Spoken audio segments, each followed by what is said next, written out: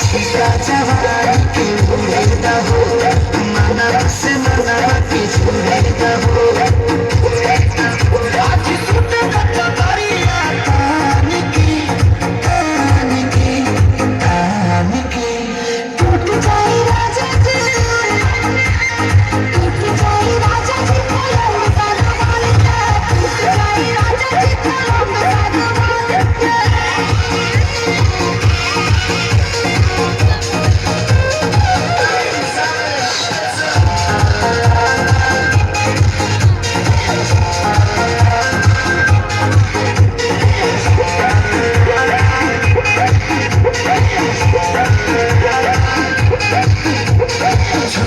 बदन की देखो न कटन की चादर बिछा दे पलंग जीवन बिछाते हरी पलंग पर झुला झुलाते हरी